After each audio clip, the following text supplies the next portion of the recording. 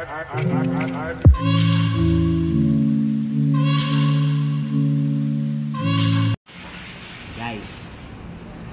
nakakita rin ako ng kanin dito sa Macau Trains, guys. Na-miss ko to. Okay. So this is 25 MOP.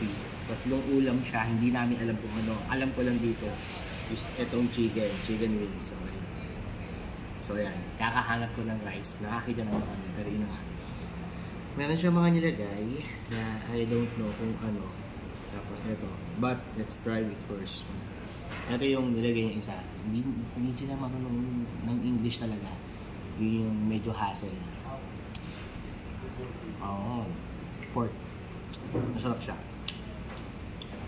Sweet and sour yung gabi. Oh my god. Rice. I love this. Oh. Wow.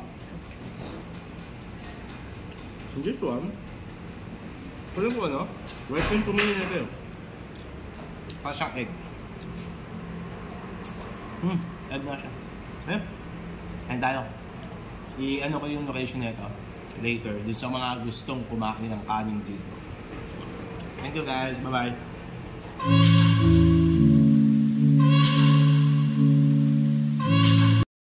Okay. Henseng. So yan siya.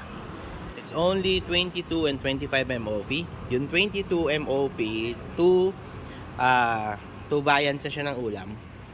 Pili ka dyan kahit alin dyan. Okay. Pagkatapos, may kasama siyang rice. The 25 MOP is 3. Ayun. So, actually, masarap siya. The best. The food are home cooked. Delicious siya. Sobrang sarap.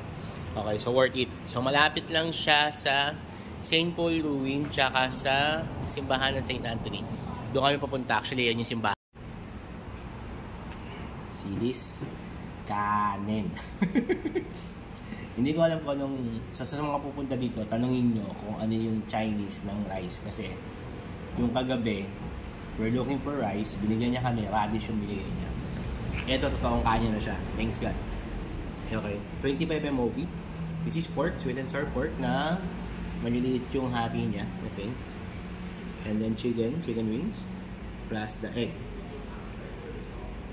So, try natin yung egg niya. Top. This is only 25 MOP. So, question? Nakamura o napamura? Guys, nakamura. Kasi masarap siya. 25 MOP lang. Kain tayo. So, tapat siya mismo ng simbahan. Yan yung pupuntahan namin.